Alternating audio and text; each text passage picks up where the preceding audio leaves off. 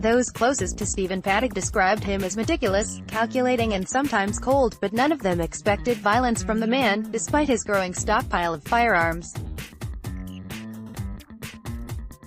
His girlfriend, Marilou Danley, noticed strange behavior but thought the guns were just a hobby. His nephews thought he was just eccentric, wealthy, and aloof. His brother Eric thought he was a narcissist who would not have cared about the people he killed. The interviews they and other family members gave to authorities are summarized in the final investigation report released by the Metropolitan Police Department on Friday. The accounts provide the most detailed backstory yet for the man behind the October 1st massacre. Paddock's cousin Vivian Nyers told investigators that he and his three brothers were raised by their mother, Irene Hudson, who told her sons that their father was dead rather than admit that he was in prison on bank robbery charges. Estranged brothers Paddock's brother Bruce told investigators that he hadn't spoken to him in 10 years and hadn't seen him in decades. His brother Patrick said he'd had no contact with Paddock in 20 years, and he had no interest in him or any of his family members. Peggy Paddock said her ex-husband often talked about being raised by a single mother and learning the importance of being self-reliant. He worked for the Postal Service in high school and college and then went to work for the IRS after graduation.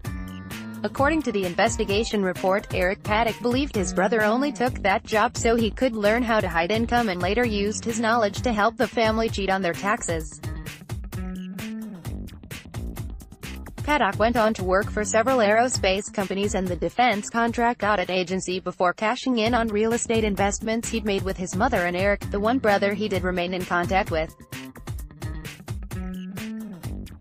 After that, he moved to Nevada and started gambling, Eric Paddock said. Danley was working as a casino host for High Rollers in Reno when she met Paddock.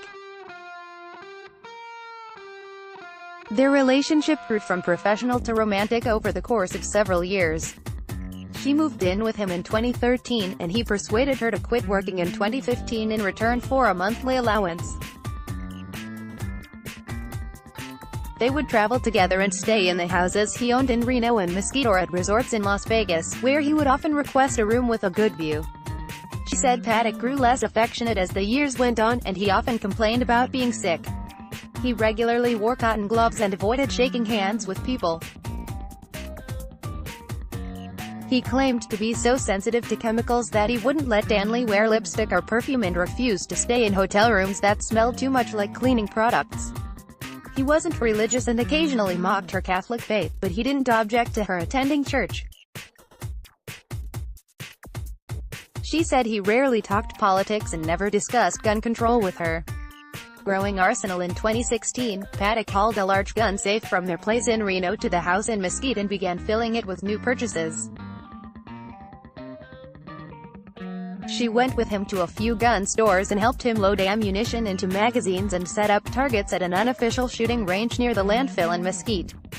In August 2017, the couple drove to the house in Reno and returned to Mesquite with a large quantity of ammunition, which she helped him pack in 2 suitcases and duffel bags, 25 loaded magazines in each.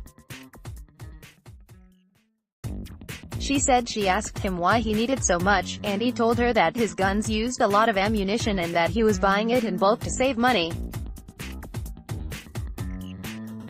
In early September, when the two of them stayed at Mandalay Bay in a room overlooking the Strip, Danley said she noticed Paddock moving from window to window and staring down at the concert venue across the street. A short time later, he sent her off on a trip he'd booked for her to see her family in the Philippines. He told her to buy a house while she was there with $150,000 he wired to her after she left on Sep. 15. She was afraid he was sending her away so he could break up with her. Danley said she found out about the attack when she was in Manila and she saw her driver's license photo appear on television where she was staying. If she told investigators why she thought Paddock did it, that information never made it into Metro's final report.